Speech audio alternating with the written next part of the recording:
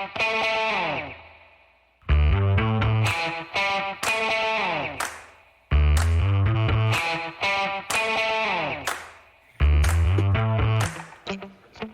folks. Welcome to another episode of Film Study. This is Ken McCusick.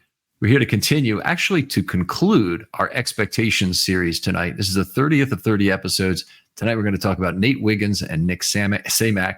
If you know the show, you know it's one offensive and one defensive player in almost all of these episodes. So we're following that format again. Joining me to talk about this is someone who's especially qualified to talk about these two rookies, and that's Jonas Schaefer. Jonas, how you doing? Good to see you again. Thanks for having me on. It means training camp is here. It's close. We are indeed getting close. Looking forward to it. And two draftees. Now OTAs and minicamp. I haven't been out there yet, and I'm itching to see both of these guys. Whether it's certainly in camp, but also in the preseason, in terms of both these guys hopefully having some healthy and significant playing time. Yeah, not a whole lot to report on from OTAs and from rookie minicamp. Obviously, as we're going to talk about with Samac, he's probably fully healthy from that. I believe it was a fractured fibula, so I didn't see a lot of him at rookie minicamp. He was sidelined for I think most of OTAs, and then I think he might have played in two of the three or all three of the minicamp practices that we saw. And with Wiggins, obviously, what stands out about him just on a first impressions level is just the size and just how skinny he is. And frankly, a lot of the reps that he got were with the twos, which is, typically on the farther field from where us in the media are looking on. So, we got good looks at him, but not the best looks at him because our attention was kind of divided, but enough to come away impressed and not as picked on as someone like TJ Tampa, for instance, who gave up a couple long passes. Nate Wiggins wasn't perfect, certainly during the few practices that I got a chance to watch him. And we can talk about how that was maybe a result of some of his weaknesses and stuff like that. But I definitely feel more comfortable about kind of knowing his readiness for NFL football than someone like Nick Samac, who is just kind of a black box at this point to me. Okay, let's start with Samac, since he's certainly the undercard of this pair. We'll work through him. Center out of Michigan State, drafted in the 7th round, number 228. He's got fairly typical size for an interior offensive lineman at 6'4", 307, 32 and 3/4 inch arms. Is actually pretty decent for an interior lineman, particularly for a center. Maybe a little bit in terms of an athlete, a little more Bozeman-esque than you might like. He's a 5'25", 40 guy. He's not a guy who can really burn like Linderbaum can in level 2. One of the things that really came out of a lot of the reports, and honestly more the reports than the little bit of film I watched, was the ability to pull and make reach and cutoff blocks. There are actually a fairly limited number of pull blocks that I saw him make in the film I watched from Michigan State. But with the Ravens' frequent counter plays, that seems like something that he'd be very good at. Yeah, just to be prepared for this podcast, if you guys are interested in draft coverage or interested in draft film, I subscribe to Caddy's Cut-Ups. I'm not sure if you do, Ken, but it's a really nice Patreon account where you can pay, I think, as little as $1 or $3 a month for a pretty nice library of full game film cut-ups. A lot of it is, by players, so you get them, spot shadowed on each play. And there's only one game from 2023 of Michigan State. It was against Iowa, so that's a high level defense. I don't think they had anyone who was a top prospect along that interior that you can measure Samac against in the same way that, like we'll talk about with Wiggins, he went up against Devontae Walker, he went up against Johnny Wilson, he went up against Keon Coleman. So it's a little bit tough to figure out exactly, what level of competition he was up against. But when he got out in space, I think he was pretty impressive. He's a guy who plays through the whistle. He put a couple guys on their ass, not just linebackers, but defensive linemen as well, handling double teams. So he's not a lumbering type, despite having all that nice size. And it's nice that he doesn't have to compromise on, just his general frame to be a guy who can get out in space and do some creative stuff in the run game. So I was pretty impressed by just the one 12-minute film cut up that I watched before I hopped on with you. But I think a lot to like, and I imagine him falling as late as he did in the draft probably had to do with some trepidation just about his readiness for rookie year with that fractured fibula. Mm-hmm. Yeah. Now there's been no information that came out yet as far as where that fibula break was. Was it near the ankle or further up, or what? I don't think so. No information. Okay, so that's a very big deal. Obviously, the closer to the ankle, the worse. You don't want to chip off part of the bone there at the end. Okay, one of the reasons that I'm not all that concerned about his athleticism is because the Ravens have been so good at training unathletic offensive linemen to be good pullers. I mean, I'm not making light of the situation, but James Hurst and Bradley Bozeman were not outstanding athletes. In fact, it was the big knock on Bradley Bozeman coming out of school, and they were prolific pullers in their time at left guard, both of them. And I think both of them, and you can add Skura to that group and others, were guys who came to work very well in terms of making the backside blocks on run plays where they had to go at a shallow angle because somebody was vacating a spot. So oftentimes at center, if the left guard and left tackle are both pulling to the right, has to come at a very shallow angle. You have to understand the football very well because the footwork very well, so you're not impeding the player moving the opposite direction as you effectively. The Ravens are just proven marvelous at teaching that. Dallas Andrus is, that's where a lot of his value, I think, is in teaching those fundamentals extremely well. Yeah, and I wonder how much of the Ravens having success on those pulls and the more creative runs in their playbook, we should give credit to Lamar Jackson for. Obviously, if he is faking or motioning somewhere or just being a nuisance to the backside of the play or the front side of the play, then maybe that gives these guys the half second they need for, to kind of capture the attention of the linebackers or the safeties or whoever's in the box that they would otherwise flow to a little bit more instinctively because, you see a puller and it's your responsibility to match that. Maybe you're a little bit more wary of doing that when it's Lamar in the backfield as opposed to someone like Josh Johnson or Devin Leary. Right. I've been watching recently, going back and scoring old offensive lines so I can complete the team history of it. But I'm in 2005 right now. We're working through that season. And wow. I can tell you the Mike Flynn pulling, it ain't all about who the quarterback is. Kyle Bowler is a skittish squirrel under center, which is actually kind of, in some ways it's funny. In some ways it's like, how did I live through this era of Ravens football and not just be screaming at the TV set continually? But Bowler gets stepped on all the time by both guards and the center. And there's one play where he gets both feet stepped on the same play. And some of it is him coming out under center improperly. But I think also Mike Flynn, as much as a longtime Raven, very well thought of, as a center, really had a lot of footwork issues. And the Ravens didn't have really good coaching at the time to work out this. And then they've had lesser centers, basically in the time since, and footwork with Skura and McCary and Bozeman and Linderbaum has never been the problem. I mean, this with these guys. I mean, they have problems with snaps. They've had problems with some other things about pass blocking, right. But footwork, not at all. So I'm really impressed. I give Dallas Sanders the credit. You may be right that Lamar Jackson may be playing a part in that. I would, as much as I love Lamar, he's the heart of the run game. I think most of the credit deserves to go to Dallas Sanders for this. For sure. And actually, I will say one of the things I jotted in my notes was, and again, this is just one game, but I did not notice basically a single bad snap from Samac. A lot of shotgun snaps in that game against Iowa. So how was trajectory on those snaps? Trajectory and velocity section? Yeah, it was usually, I didn't really see the quarterback have to reach pretty much anywhere. I didn't really didn't have to see him, lean down to get a kind of wobbler. So, a lot of those angles, it's from behind the quarterback. So you're not getting maybe the full picture of how it's coming in. But again, it was notable in how inconspicuous some of those snaps were. It's very good to hear. That is very good to hear. If you look at the PFF grading last year, and in fact throughout his career, not the greatest run blocker, but his run blocking has improved a little bit every year at Michigan State, if you believe the PFF numbers. Yeah, and I thought he was very active, very aware, very observant in the Iowa game.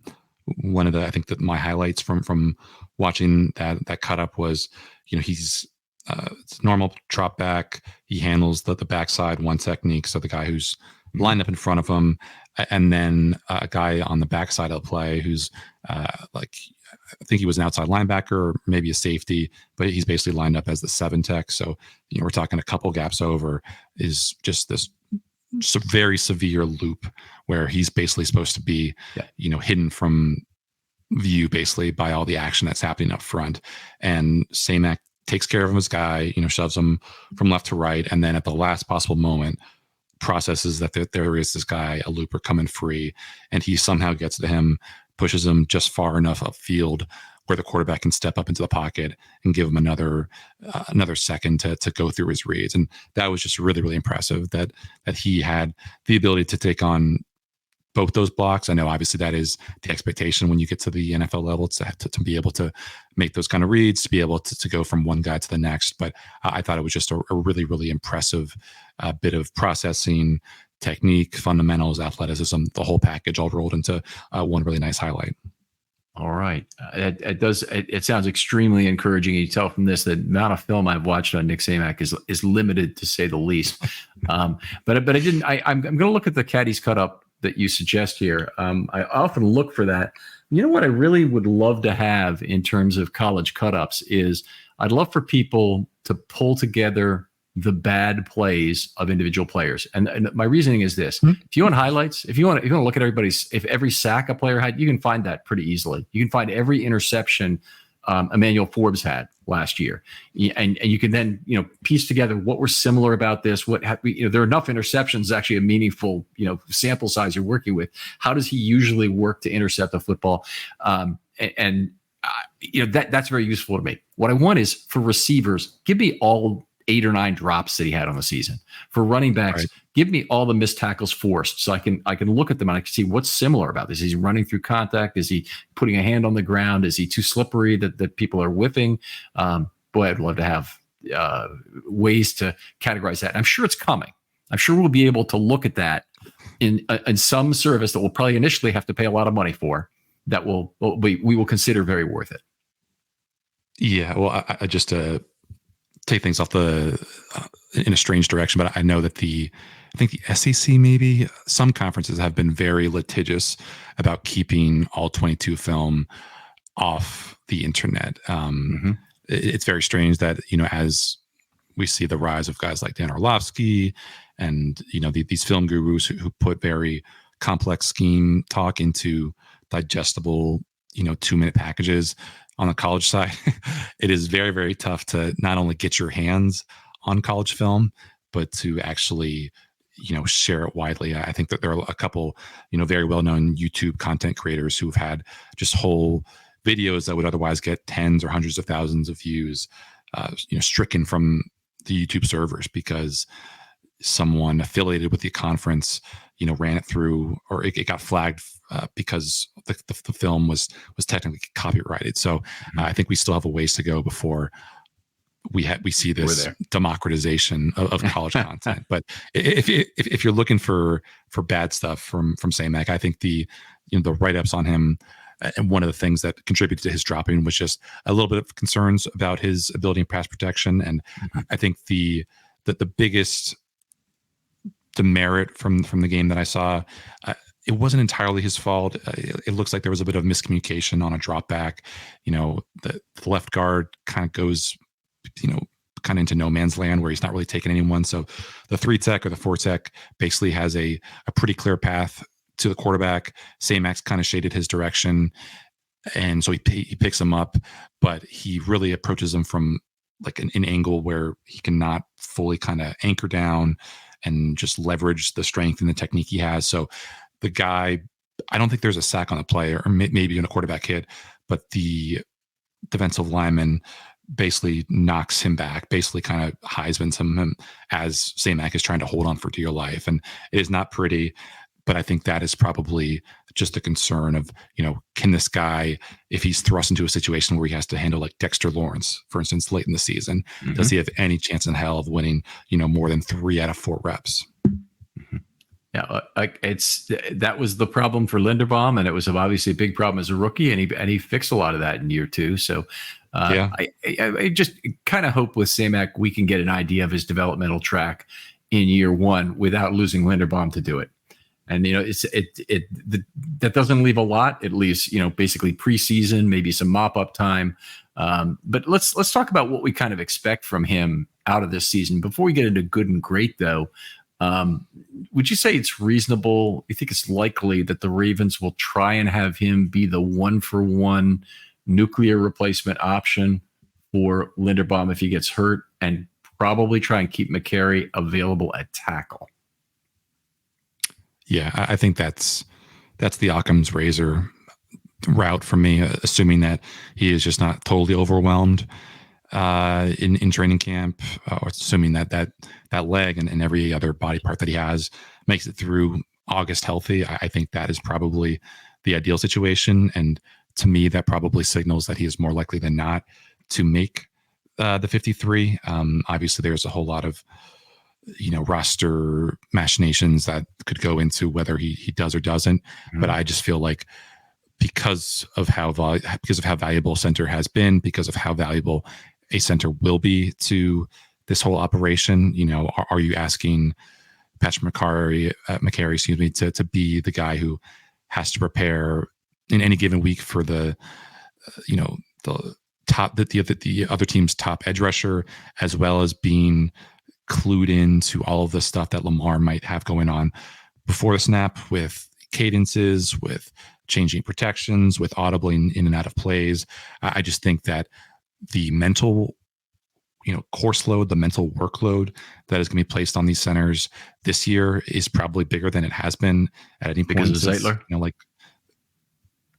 Not just Zeitler, but just, the empowerment of Lamar to do stuff more actively before the snap. I think that has been a big plank of this Todd Monken offseason. And I just think, I don't know how much of a position it is on these guys time-wise, but it seems like it would be asking a lot of a guy who already does so much, and Patrick McCary, to be able to know, what Lamar wants, at a moment's notice as an emergency center, in addition to having prepared for God knows who else, on the defense all week.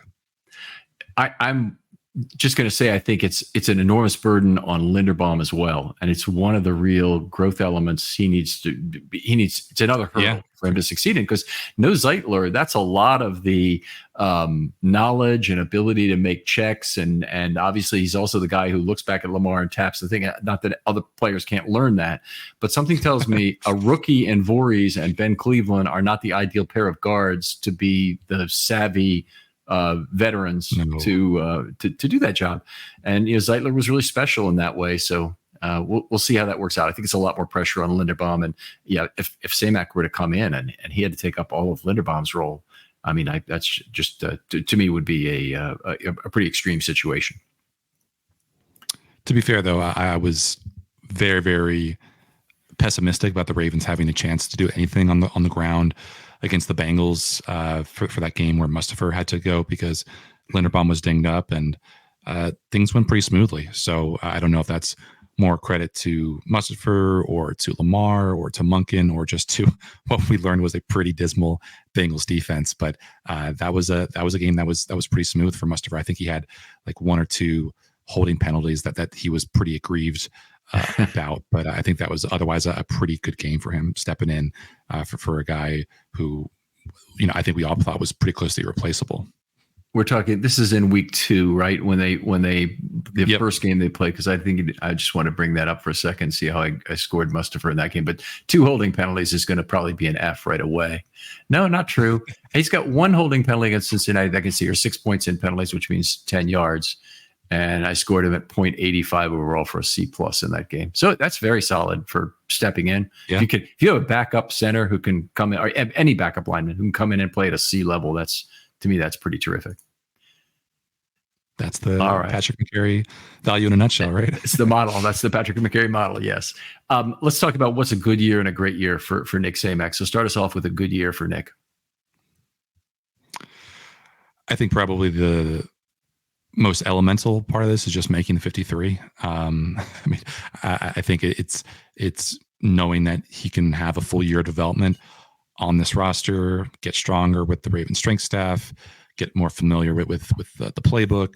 And I think probably the grand hope, the grand ambition from Ravens officials is something that John Harbaugh, I believe, mentioned not long after they took him, which is not just developing into a guy who you can trust to be a reliable backup center, but might also develop into a reliable backup guard, or perhaps a contender to start at guard somewhere down the line. I mean, obviously, I don't think he played anywhere else but center at Michigan State, but it's not you don't have to have a wild imagination to imagine that a guy with his body type, decently long arms, good size, moves well wherever you need him to go, could potentially have the kind of skill set where he could step in at guard either side one day. So I think it's probably just making a team, not screwing things up, not having a McCary-like meltdown in Buffalo in the rain, where he's just putting Lamar in harm's way, getting the offense off schedule with horrible snaps.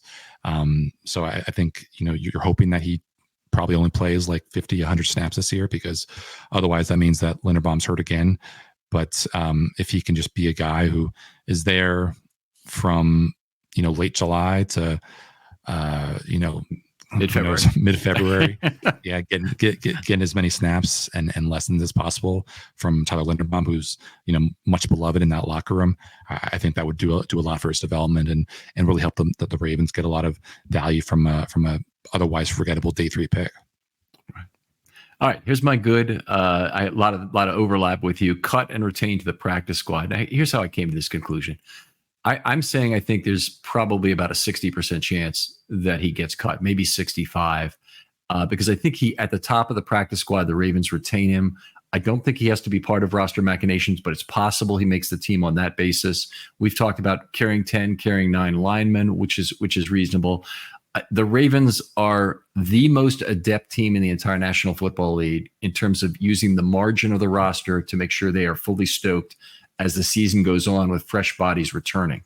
The problem is the NFL has institutionalized some of that by adding these 2 spots at the end of the roster, which the Ravens could always create for themselves with use of the handshake crew. So right. You cut a veteran, bring him back. I know, I'm telling the people out here, but that unfortunately that's been institutionalized for the whole league right now. So where the Ravens used to have 56 or 57 men on their 53-man roster, including the projected DTRs, then maybe they have 58 now, and other teams will have 57 or 56 and not quite use the roster as well on the edge. At least that's the way I'm hoping. So I think there's actually a good chance he gets cut, given who the Ravens have otherwise on the offensive line, who kind of need to have a spot. And McCary can get you through one game, but I don't want him as the long-term answer. I want Samac as the answer, because I think they need McCary at backup tackle. So I think he gets elevated to the 53 at some point. Injuries may open a spot for him on the IOL at some point. Any one of the guards gets injured, obviously he's probably the first guy who gets brought up at that point. Allows him to carry all 5 of the guys who can play offensive tackle, including Jones, Falele, McCary, Rosengarten, and of course Stanley. I want him to learn the Ravens' way to pull and cut off with low angles on the backside in this first year. So do the things well that Dallas Sanders has taught well. It's not a high goal. Obviously, it doesn't need to result in any on-field play. I want to develop the grown man's strength. You already talked about the year in the weight room. And still in the Ravens' plans and projects to a 2025 roster spot. If he gets 0 snaps the whole year, I'm perfectly happy at this 60th percentile thing. But it could also result in him getting 40, 50 snaps, like you said. I think you've got the range of play right for what a good season is there at about 50 snaps. Yeah, and I'm frankly not sure what else I could add for a great season, because I just don't know, like the limits on a guy who they took this late in the draft at a position that is so rock solid with Linderbaum. I I mean, I guess it's just like, show that you can hack it if you're thrust in there. Don't have a grade below 50 on PFF. I don't know what else I could add for what would constitute a great season for a guy who is, as you said, as kind of close to or who is on the roster bubble as firmly as he is. I think I liked your development into guard stuff. If there's some way that he projects to a guard, I'd put that in the great category myself. And I didn't, and I feel bad about it now, but you did good. Here's my grade. Earns a roster spot with preseason play and OL attrition. Active some, but not all weeks. Plays sparingly as a reserve and sixth offensive lineman with 30 to 150 snaps in relief. Pass blocking difficulties in preseason and regular season play are less than expected. And his rookie development curve is on track for a league average NFL center. That means he's not starting at a league average level, but he projects to be a league average center at some point in the future. And that's okay. If the Ravens develop that, that's a really good backup. Hand fighting technique and blitz stunt recognition improves to be able to compete as a pass blocker at the NFL level. And that's regardless of the rookie results. If he takes a step up from some very uneven college play, I'm happy with that. Snaps are direct and at the midsection, and you mentioning what you've seen on tape is a good spot towards that. And works hard to become the offensive line leader if he's installed at center in a trial by fire. And again, they'll prepare him as best they can, and you trust the Ravens coaches, but in the end, that player's got to go out there. He's got to get the snap right. He's got the calls right, and there ain't going to be no one helping him. Because those guards next to him, at least the way I think about it right now, are not really prepared to do it either. Right. Yeah, I guess throw in just getting stronger, getting smarter, getting healthier, all that good stuff. You mentioning the possibility of him being a sixth offensive lineman. Forgive me for not knowing, Ken, but have you done a Fa'alele season preview yet? Yes. Yeah. Was one of the details in your guess' great season catching a touchdown pass from Derrick Henry? No, I did not have that, but that's an interesting one. It'd be. I was reminded. I mean, obviously, I think the Derrick Henry touchdown pass in that divisional round upset of the Ravens is probably burned into everyone's memory listening here. But I randomly got served on YouTube the other day, just the collection of all the Derrick Henry touchdown passes, and I was reminded that I think Daniel Fa'alele at Minnesota either ran a touchdown in or caught a touchdown. So that would, I'm sure, just break the internet, as they say, if Derrick Henry were to throw a touchdown to Daniel Fa'alele. And it's something that I'm surprised they haven't even attempted once to Fa'alele, because of just how big he is and how unlikely a candidate he would be to get to that second level on whatever run play the Ravens could drum up for him. You were, I don't know if you were following the Ravens at the time Haloti Ngata was here. The year would have been like 2008 to 2010 when they used Ngata as a sixth offensive lineman a lot, actually a seventh. They would bring in a sixth offensive lineman, then Ngata would be number 7 on the end, playing tight end in theory.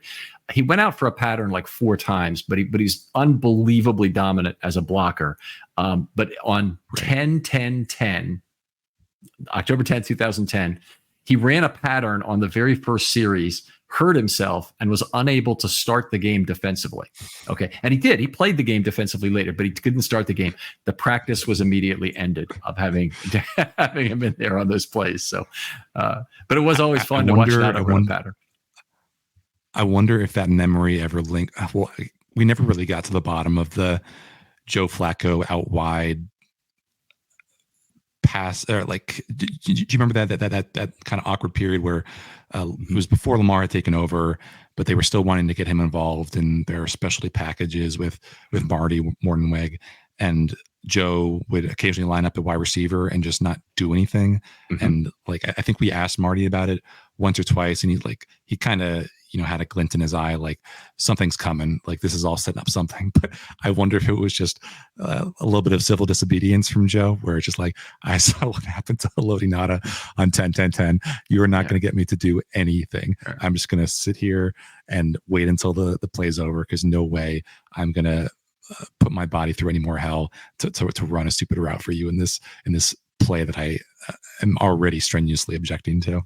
There was something that I really wanted to see after Joe lost his starting job to Lamar, but you're probably right that Joe would have had no interest in doing this.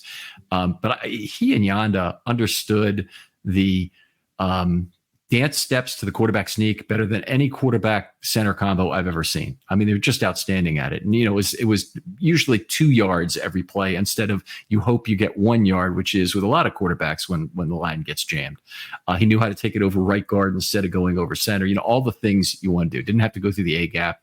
And I wish that would have been possible because there were some blown 4th and 1s with Lamar in 2018 at the end of the season. I'm thinking, why isn't Joe Flacco in there? Joe Flacco can run the QB sneak, and you might have been telegraphing it a little bit, but yeah. There was also the terribly botched 4th and 1 against the Titans in that same playoff loss. Yep.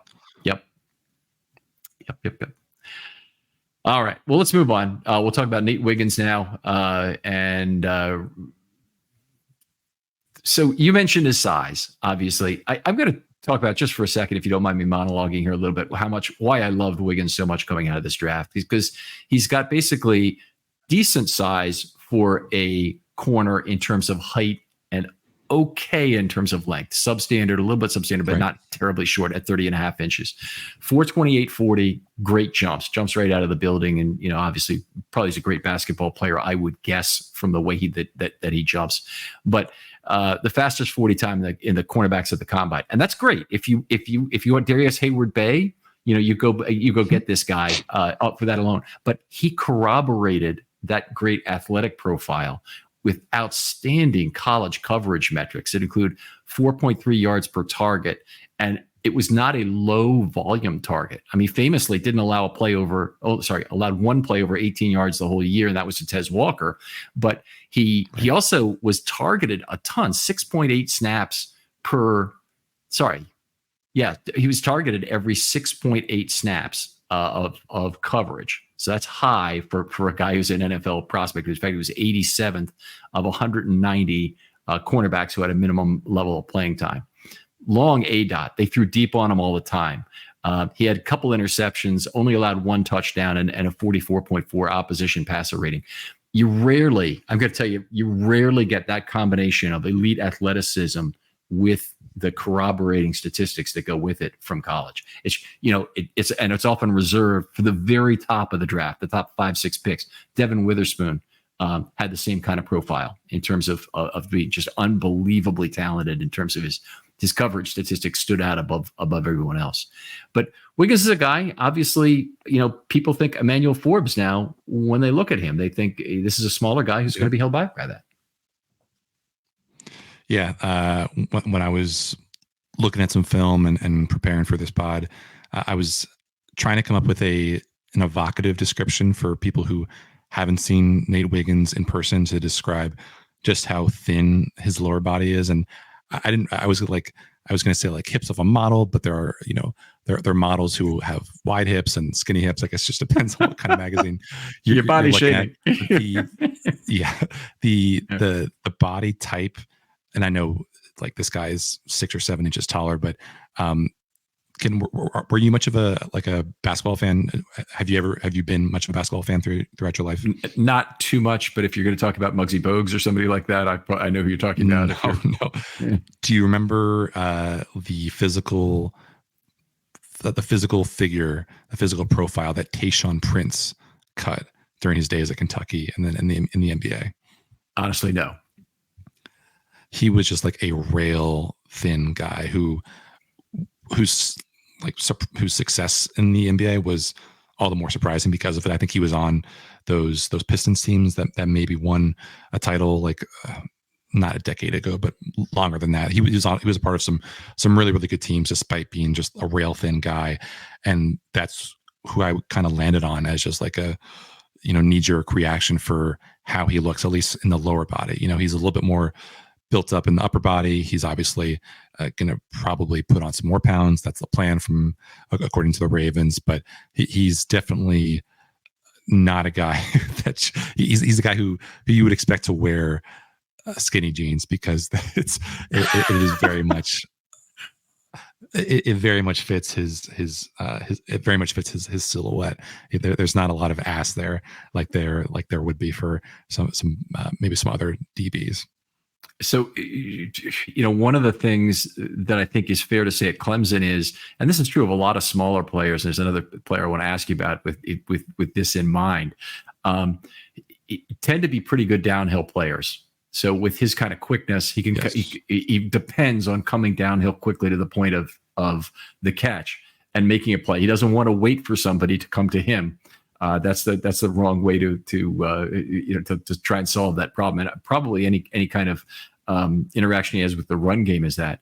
But I do know, you've heard from various sources. Ryan Mink had an article about playing Ardarius Washington and on the split field role that Geno Stone had last year, basically trying him out at safety. Also, that Pepe Williams has seen a little bit of time there so far. And I'm thinking both those guys are completely the wrong body type to be in a cover 2 safety role. Completely the wrong body type. I mean, even if they have pretty good instincts getting to things, if they have to tackle a running back, it's a bad situation for them. It's just it's not ideal, and I would project very high missed tackle rates from something like that. You want a guy like that playing a short zone scheme one. Right. I mean, even Geno Stone, God love him, sure, incredible player last year, but there were some plays, there were some games. Think of the Browns comeback in Baltimore where he was just not able to tackle guys in open space. And I think some of those athletic deficiencies were never more apparent than when Geno had to come up and tackle guys in space. And Geno, has 2 inches and, I don't know, 10 to 20 pounds on a guy like Ardarius Washington. So yeah, I'm in agreement.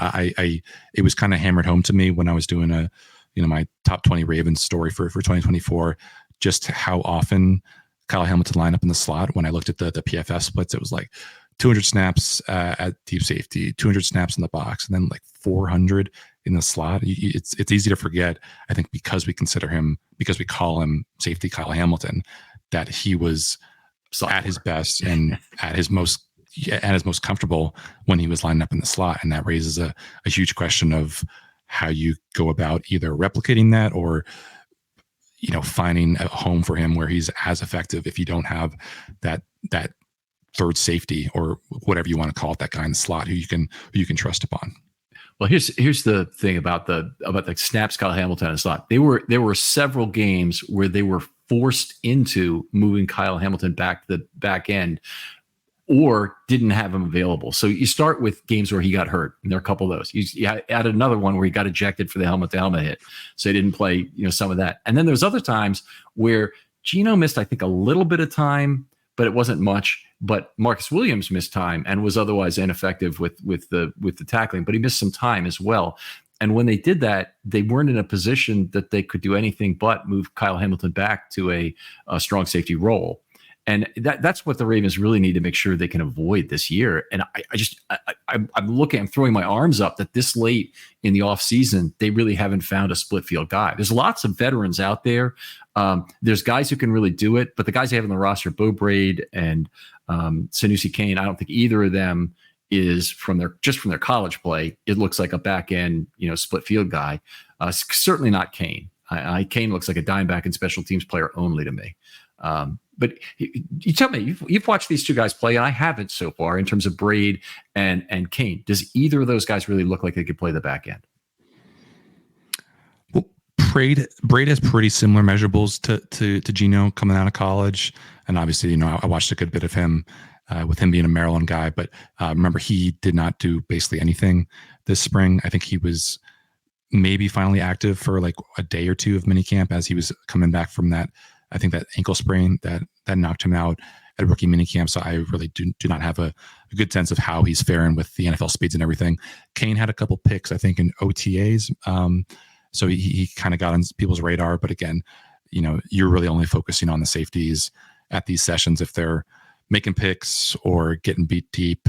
And with him being, a rosterable guy, he was also doing a lot of stuff with the reserves as opposed to the first string guys. So couldn't give you a sense for just what he did. I know he moved around a lot at Purdue. I think he, had some snaps in the slot. I think he had some snaps as a deep safety, just judging by his PFF distribution. But I don't really have a good sense for how close he might be to being the next Geno Stone.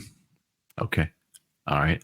I've in my mind, I've kind of already ruled it out, but it's also fairly unusual that somebody who's a true free safety candidate drops all the way to round 7. I mean, it's actually the total number of produced in college that are good is not that many. And you know, you pick number 250 and you spend it on a safety, it's probably a special teams 4-unit special teams guy and a dime back if you're lucky. And probably not much more than that. And unfortunately, you know, there's a lot of talk about Justin Simmons this year and how he could really help the Ravens. The guy's been terrible in coverage the last 2 years. I mean, awful. 9 yards a target this last year, and that was an improvement from 10 yards a target the year before. So it's just I'm like, this is not what the Ravens need. They basically would be trying to get another Kyle Hamilton, a guy that could move around and do everything if they go after Justin Simmons. He's definitely not a deep half field guy anymore. He's lost it in terms of coverage. And the other guys, Jamal Adams, that they talk about all. I mean, they're close to the line of scrimmage, more linebackers than anything else that they are talking about getting. I'm glad you mentioned the Simmons thing, Ken, because I frankly I haven't done a whole lot of work on what he would bring to the Ravens, just because I feel like it's a pipe dream with what I assume his price tag would be. But I'm surprised that you say that he struggled as much as he did, because was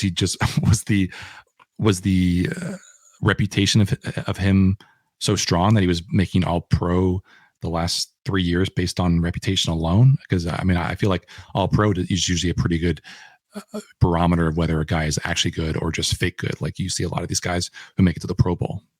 Right. So Simmons has always been a guy probably like Patrick Queen, who's put tons of splash plays on tape.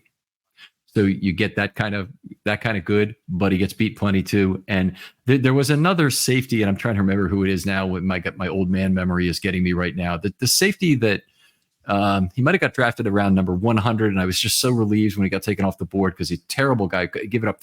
He had 5 picks last year, but he allowed over 13 yards per target at the college level. So he's a completely all or nothing guy. And I was just so happy the Ravens didn't draft him, but most people had him in their top 5 safeties.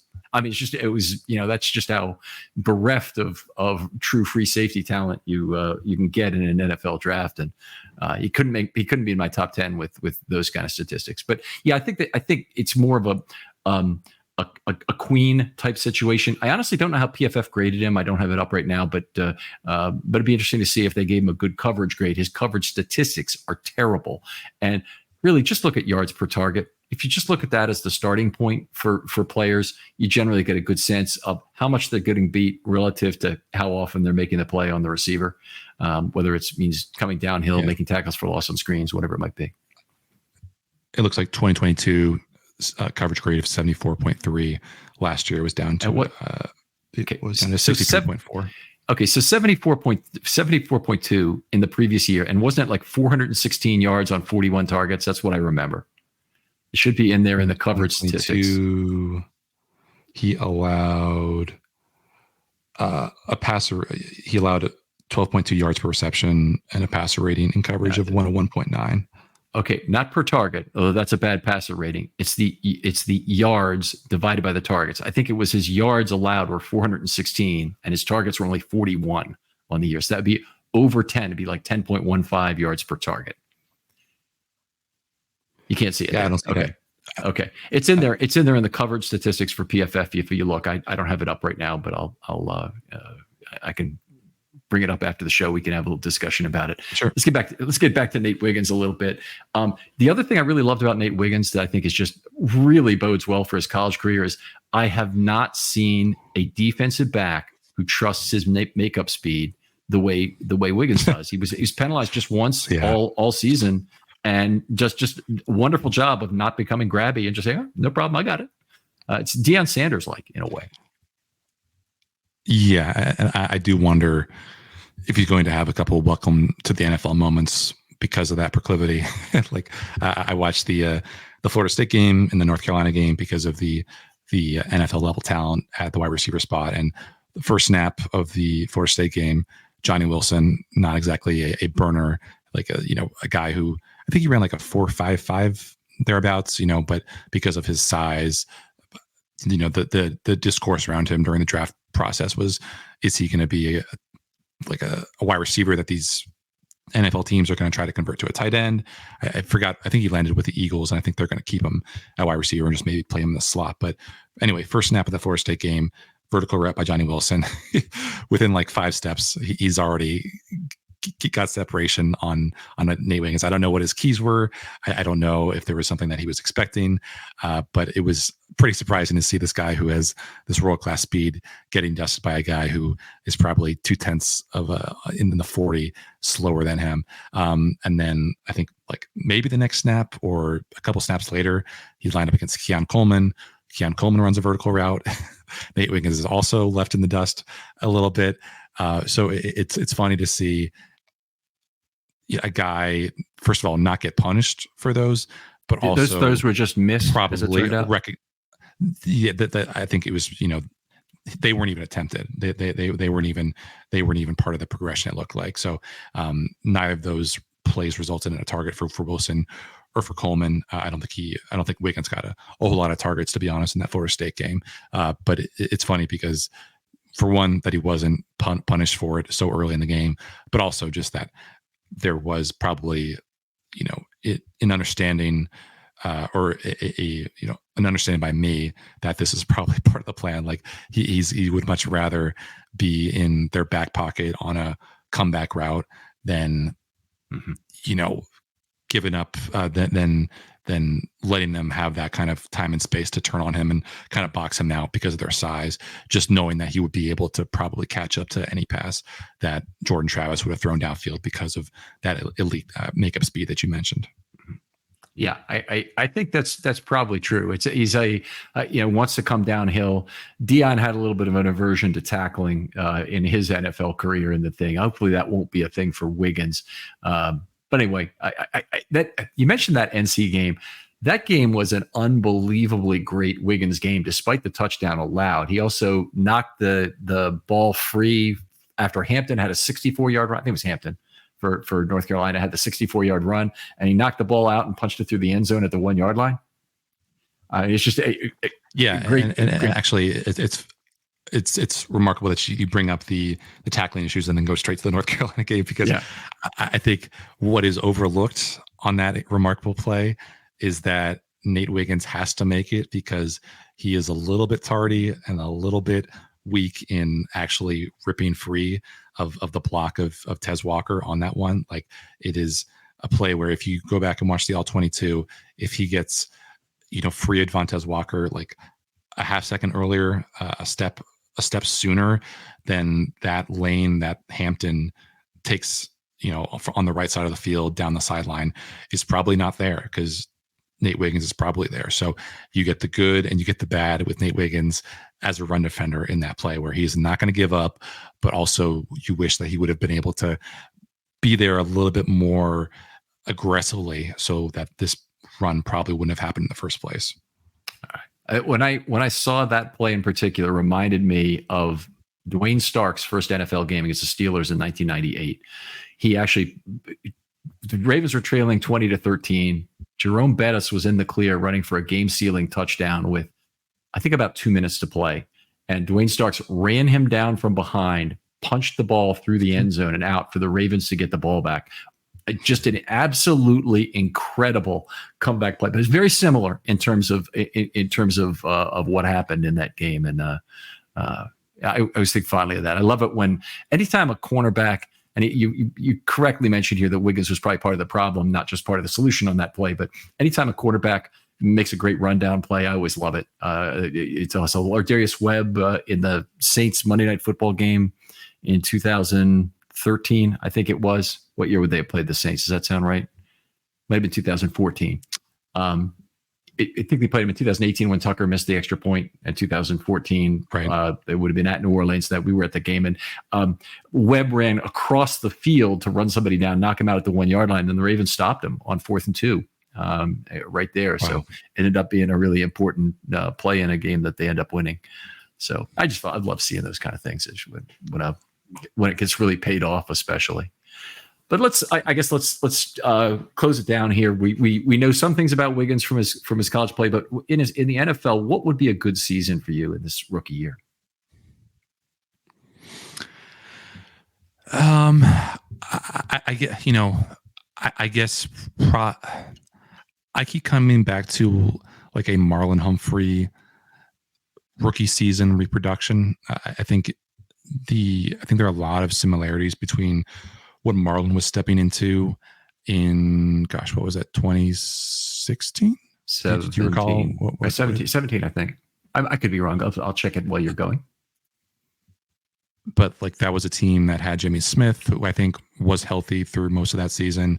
I believe they had who else do they have? They had Brandon Carr, who was I think a very effective that year. I think Tavon Young probably would have been on that team. So there was a lot of defensive back talent. I think that was a year where the Ravens finished like top 5 in DVOA and in pass efficiency. So I think that was a very talented and productive unit that Marlon got dropped into. And I think he ended up playing like 56% of the defensive snaps that year. I think he only had a couple starts, which are, obviously can be a little bit misleading because you can still be playing buku snaps as Marlon did that year and not necessarily get starts.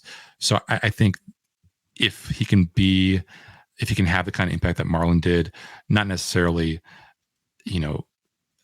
ball production wise, but just show himself capable of getting onto the field regularly in high leverage moments against really good teams, matching up against players based on matchups, showing maybe in spots that he can line up in the slot, which is obviously something that he didn't do a whole lot of at Clemson. I think that would be a really nice first step to what should be a really, really exciting career. Okay. All right. Very good. By the way, 2017, just to backtrack for a second, I remember being at camp the day, actually camp or OTAs was one of the two, where Tavon Young lost his ACL for the year. Okay, so he got injured, and but they were Marlon still Humphrey, so good without him. Yes, they were. Marlon Humphrey was at the podium that day, and so I asked him. I asked him, "Have you played in the slot?" He goes, "No, I practiced at Alabama, but I never played in the slot." Right. I'd actually be very, very surprised if Wiggins gets moved to the slot. I think Humphrey is the natural one to move to the slot because of the physical nature of his play. I think you already have Hamilton there, so you don't really want a lot of snot slaps. You don't have those either, but you want slot snaps out of your outside corners too much on this team. I am interested to see if Humphrey maybe could step in at safety and allow Hamilton the flexibility to play back or front on a by-play basis. That could be a huge weapon if they could develop that, but it is a big ask. Yeah, I'll toss in. I think I forget exactly what the parameters of my search were, but when I had access to the NFL's Next Gen Stats data hub, I think I looked at like Marlon's target success rate when he was outside versus when he was inside.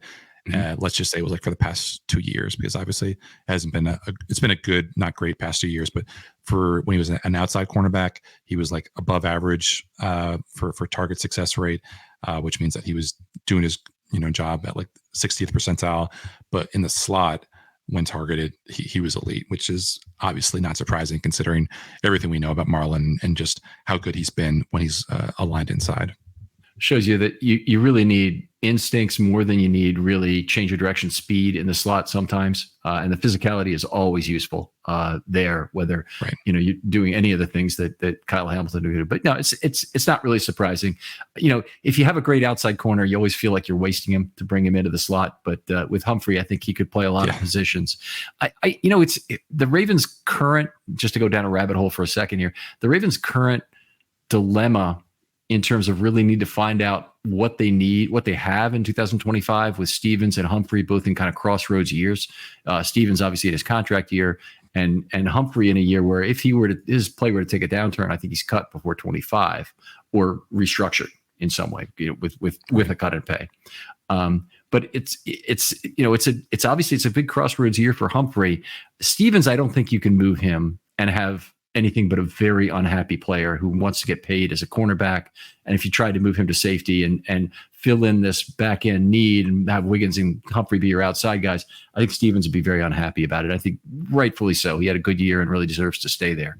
But I think Humphrey is at a point in his career where he could play any of those three positions and not necessarily decrease his value at all. In fact, it might lengthen his career for another team or the Ravens to see that he could move to safety very well.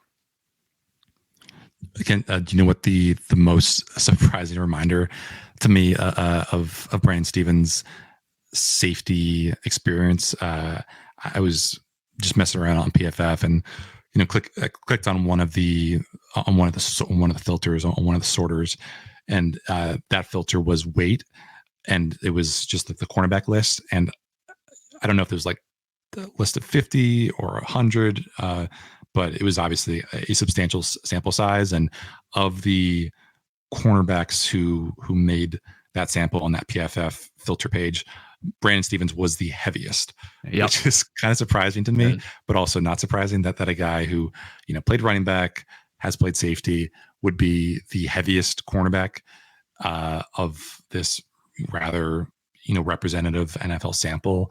So you say it's probably unlikely. I agree, but it was a kind of funny out of nowhere reminder that, oh yeah, this guy is probably built more like a safety than he is a cornerback. Mm-hmm. Yeah, it's the thing is, it might be the right move for the Ravens. It'd be so the wrong move for Stevens to go back to safety if he's got a chance to be a good corner. I'd hate to see it be done to him, and I really don't think the Ravens will, after using him basically every snap last year at right corner and him solidifying that unit.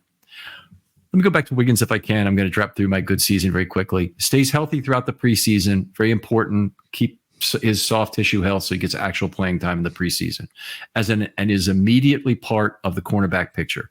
Plays at least rotationally, 400 plus snaps, 13 plus games, at no worse than a league average level. Any tackling issues are minor, and he shows the ability to come downhill and make plays. I'm not expecting him to be the greatest tackler in the secondary in terms of trying to get a running back to the ground. I'm expecting some climb on your back play. Continues to be able to rely on recovery speed and avoid significant uptick in penalties. You very well could be right about some welcome to the NFL moments there. Development track remains that of a potential Pro Bowl player, although he isn't there yet as a rookie. And again, this is at the 60th percentile result. The Ravens are confident they have a quality cornerback and can use that information in deciding how to proceed with the contracts for Stevens and Humphrey. Projects a full-time play in 2025. I think one important thing that we probably both overlooked, although I mentioned right at the top of the discussion, just puts on 5 pounds of good weight. Yeah, there you go. That is okay. That is the plan for him. You do not want him to be looking like Emmanuel Forbes out there. All right. Well, fair enough. So what would you add for a great season here? I think it would be unrealistic to put these kind of expectations on him, but I think the Ravens have kind of sort of invited it by Eric DeCosta calling Wiggins the best cover corner in this draft. You look at just what some of the top cornerbacks in recent memory have done as a rookie. Devin Witherspoon comes in to Seattle. I think he's Pro Bowl or All Pro year one. Sauce Gardner comes in year one of the NFL's best 2 or 3 cornerbacks in the league. The year before that, Pat Surtain, not a out and out star immediately for Denver, but I think the next year is his first Pro Bowl or All Pro nod. But obviously he was, good enough to start I think 8 or 10 games or something like that for that Broncos team. So if the Ravens really do believe in this guy's star potential, then I think there is an outside chance that this guy comes in right away, is just, one of the best cornerbacks in this division, maybe this conference, maybe the NFL. I just think, obviously we know about his ability to kind of click and close. We know about how well he can contest jump balls with that great jumping ability. And there's a great, breakup of a kind of Hail Mary attempt at the end of the North Carolina game where it just really shows how coordinated he is and just how much bounce he has on some of those deep ball attempts. Can he tackle well? Can he be a guy whose hands are good? That's obviously been a bit of a mark against Marlon, just not being able to grab those sure thing interceptions. So I think it's really exciting to see what his potential could be, because there aren't a lot of guys with his height, with his speed, with his confidence. I mean, he's a guy who's not much for press conference sound bites because I think he's pretty well secure in who he is. He doesn't feel like he needs to prove anything to anyone. From what I saw in those 2 games, was able to kind of pass off zones very well. Obviously didn't have any fear about moving to the slot if it meant that he was kind of having to cover Tez Walker a one-on-one and man coverage. So you can do a lot of really, really interesting things with him, and I'm excited to see just what he might be. I mean, it might not be long, Ken, before we're talking about Nate Wiggins being the most talented cornerback in this room because of the state of Marlon's injury situation, because maybe Brandon Stevens comes back to earth a little bit without Mike McDonald, and Denard Wilson kind of helping to guide his hand a little bit. So the world is his oyster as far as I'm concerned, if you believe the Ravens and the Ravens officials and just how good this guy could be right away. Okay, so let's stick a percentage on that. What's the chance of Wiggins being the best cornerback? Being the best cornerback for the Ravens this season. I'm going to write my number down because I don't think it's that low either. I would say like 15 or 20%. Okay, I was going to say 35. I honestly, I think there's, it's pretty much a toss-up between the 3. Humphrey's got things to overcome. Stevens got the things to prove after not a great close to last year. And Wiggins obviously has to earn playing time in that group. But I think, basically I'd call it almost a dead even split of the 3 of them. So I might have set my great year a little bit too low, but I'll read it off how I said it. Plays above the league average and demands a full-time role by no later than mid-season. Plays 700 plus snaps in 16 plus games. Presence allows the Ravens to deploy Humphrey as most needed, whether that's outside, slot corner, or safety. I'm putting it in there. Ravens, they don't have to do anything about it. If they want to play him outside rotationally or at slot only, that's the way it'll be. But safety could really help. Ball production, recovery speed, and penalty avoidance are similar to that at Clemson. Sticky play forces lots of altered throws from interception-leery quarterbacks. Actually wrote that improperly as interception Leary quarterbacks. Now I realize that's a real Freudian slip, that Leary might be playing against him on a number 2 field somewhere and would be very leery of interceptions as well.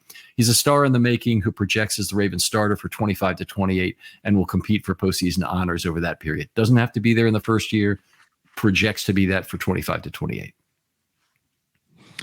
Those are good. And actually, I think one thing we should probably mention, Ken, in this is if you were just kind of ballpark it, how many snaps last year do you think the Ravens outside cornerbacks lined up in press coverage? In press coverage, just no cushion. Okay, do you have the number available to us? So I'm guessing. So I don't. I mean, okay. But I think of standout. Maybe what's the word I'm looking for? Maybe not representative examples, but I remember when the Week 11 win over the Bengals, it was Brandon Stevens lined up in press coverage against Jamar Chase on like 31 of 37 dropbacks or something like that. So that was obviously notable for how well he did it. But I do think the Ravens, for the most part, have liked to play press coverage, if not bump and run, but not giving guys totally clean releases at the line of scrimmage. Right. That works very well when you're starting with 2 high safeties, because you can take away routes with one of your safeties, obviously, and you can also just match up zone on both sides and take away some of what the corners will give you by being in press. And the Ravens are obviously extraordinarily good at that. They were on pace to set the record for the fewest yards given up in a per pass play since 2000. They fell short of that, unfortunately, but we're really looking good in that regard. It was a big year, and I hope Orr continues with the starting cover 2 looks. A few years ago, I couldn't believe I would say this, that I don't really care that much if he plays a committed nickel or not, because I think it might benefit the Ravens. It might not, with Simpson in there. And if Orr becomes over reliant on a committed nickel, I don't even think that would be the biggest thing about the Ravens defense that could go wrong. I think the biggest thing would be is if they lose kind of sight of who they are as a team that starts with cover 2 and forces the quarterback to throw the ball underneath. You look at Joe Burrow. He's helpless against the Ravens because he does not have the arm strength to throw it deep down the field with 2 safeties there. And, the time he tried, he was 0 for 7, I think, of the game, including that where Geno Stone had the pick. He was 0 for 7 on balls of 15 plus yards. I love to see the Ravens be able to force the other team into small ball. Yeah, well, and I bring up the press coverage because when you watch the film, at least these two games, Florida State, North Carolina, you're not getting a lot of reps of Nate Wiggins where he's lined up in the guy's grill. It is him off the ball by 7, 8, sometimes like 10 yards, and some of these might have been like 1st and 10 snaps. So you wonder, does he have the strength to reroute these guys at the line of scrimmage? I mean, he doesn't have to be. It could be kind of a soft shoe drop, soft shoe coverage where he's not looking to totally jam them up. He's just kind of looking to stick in their hip pocket from the moment the ball is snapped. But I think that is going to be a potentially significant learning curve. It's probably he's probably disadvantaged a little bit by the fact that the Ravens don't have a true great downfield X, someone who could be who could weaponize their body strength. I mean, it was interesting. I think that the one play of his that sticks out a little bit from either minicamp or one of the final OTAs was, Zay Flowers running like an 8-yard comeback against him.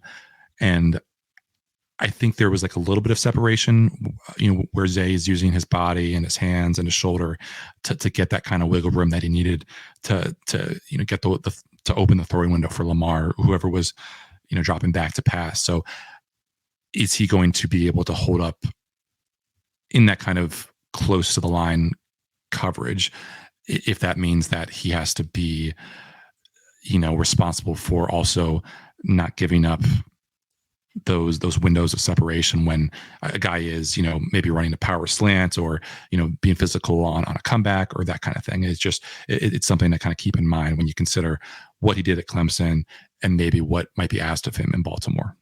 Okay. Let me try and respond to that. For starters, I think if he plays left cornerback primarily, which is where I expect him to line up most of the time. I think Stevens will be a full-time right cornerback. He'll probably split time with Humphrey to some degree, and maybe Humphrey moves over to right corner a little bit with Wiggins on the field as well. So I think he stays at left cornerback most of the time. More often than not, a lot more often than not, that's the strong side of the field where the slot receiver is and where Kyle Hamilton is, more importantly. Kyle Hamilton is the greatest horizontal defender in the entire NFL. He takes away the strong side of the football field. And if you can afford to have a poor tackling cornerback on one side, it would be Wiggins on that side would potentially not would be in the best possible situation he can be in for not being put in a position to make high leverage tackles all by himself.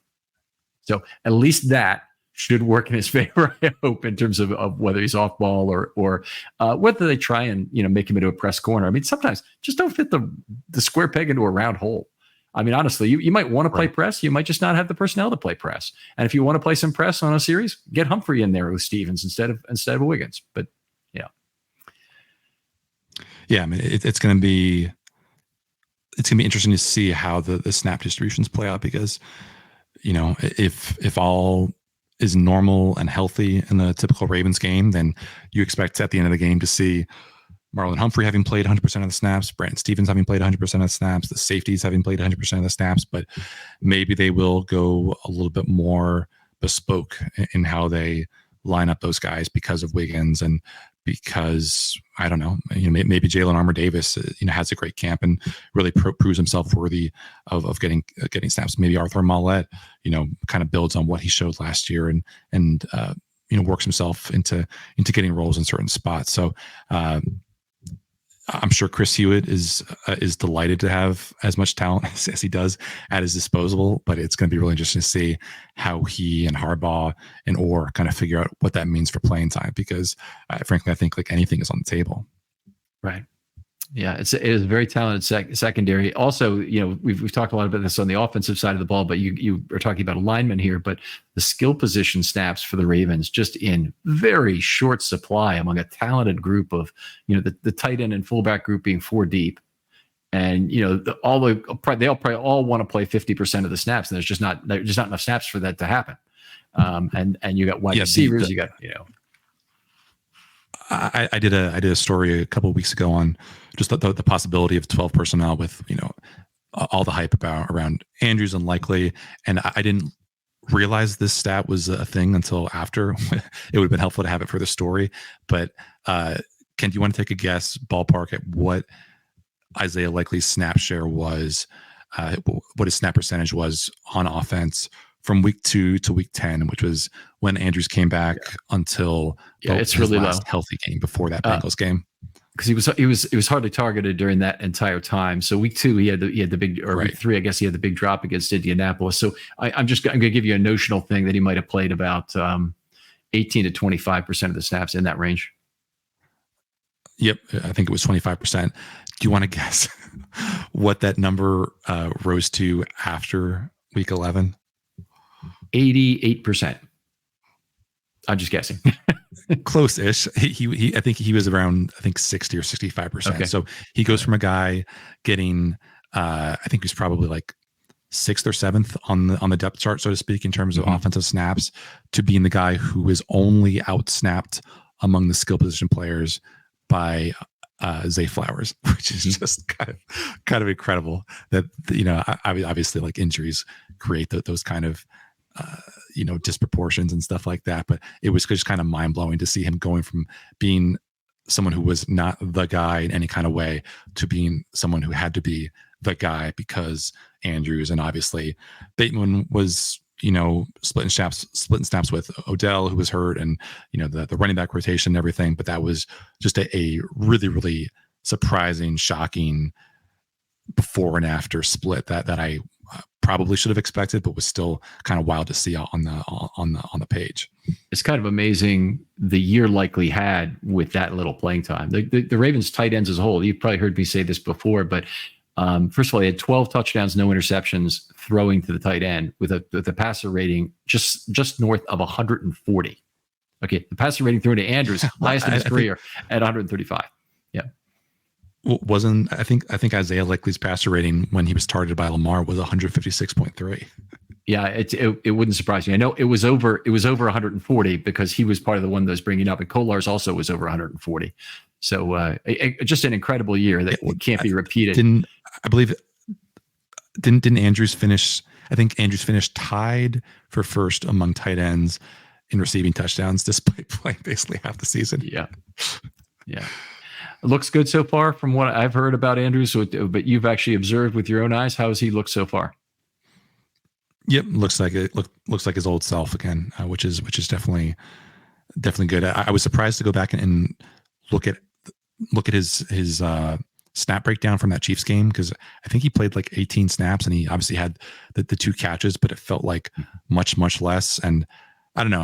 I guess that there's probably a world in which Mark Andrews is healthy for that game, and his mere presence probably puts the Ravens in the Super Bowl, because I think what that offense needed against a secondary as physical as Kansas City's was someone who not only had that intuitive connection with Lamar, but someone who could just body these guys in a way that you couldn't expect Zay to. Isaiah Likely, not really a guy who's going to bench press a dude to get off of him. I think just watching what Mark was able to do during OTAs, during minicamp, and then kind of transposing that onto that Chiefs game where, you think about how that first drive ends for Lamar. It's him looking for Nelson Aguilar, well covered over the middle on a route that, in an ideal world, Mark Andrews is probably running and getting pretty open on. Mm-hmm. All right, Jonas, always a pleasure to talk. We've been an hour and 13 minutes now, and I apologize for keeping you so long, but it's always so much fun to talk football with you. And I hope, looking forward to seeing you soon, one way or another. Tell folks where they can read your work online. Yeah, kind of a dry period now, obviously, with not a whole lot of content going up, but did top 20 Ravens projected for 2024 on the BaltimoreBanner.com. Obviously, we've got training camp coming up in 9 days' time. I'm hoping to do something on Marlin, and just whether that season was as bad as some people would like to believe or would like to tell you. Hoping to do that sometime around the start of training camp. So yeah, obviously we've got a bunch of people who will be out at the facility covering stuff. I'm toying with the idea of keeping like as detailed stats as you can, where maybe if I have enough time on my hands and I don't have enough going on socially to occupy me, that I do like success rate for these quarterbacks, because I get the feeling that Devin Leary might not fare so well, and neither nor might Josh Johnson, with just how often those guys like to kind of check down the ball versus Lamar, who's obviously a little bit more prone to pump the ball downfield. So I'm hoping to have some cool stats for folks who are covering our who are reading our coverage at the banner. All right. Outstanding. And you're at Jonas_Schaefer on X. I'm sure people who are following probably are doing it already, but Jonas is an excellent follow, and you get all that great banner content of his, and obviously a very deep and cerebral way of looking about football that I really appreciate, Jonas. So thanks for coming on. Other folks out there, let me ask you. Thanks for having me. Other folks out there, please, if you'd like to be on a Film Study Short, hit me up. DMs are always open on Twitter. I'd love to hear your idea for a show, and I treat this as an open mic. So if you have an idea, don't be shy, and I'll get back to you. The Concerns series, if you want to be on that, the time is ticking on that. But one concern about the 2024 Ravens. I just had a concern today about the Ravens not adapting well enough in the postseason in terms of a play calling basis. That's a great idea for a concern to do after the regular season, but I don't really want to hear about like what the Ravens don't do well in the playoffs. I want to have some concerns about the regular season because the Ravens aren't there yet. And, Jonas, appreciate you coming on. Of course, Ken. And we'll talk to you next time on Film Study.